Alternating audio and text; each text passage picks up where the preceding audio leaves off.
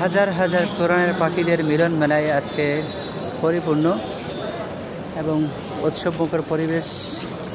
সিলেটের খুশিয়ারা কনভেনশন হলে ভেতরে চলছে ইয়াকুবিয়া হিফজুল কোরআন বোর্ডের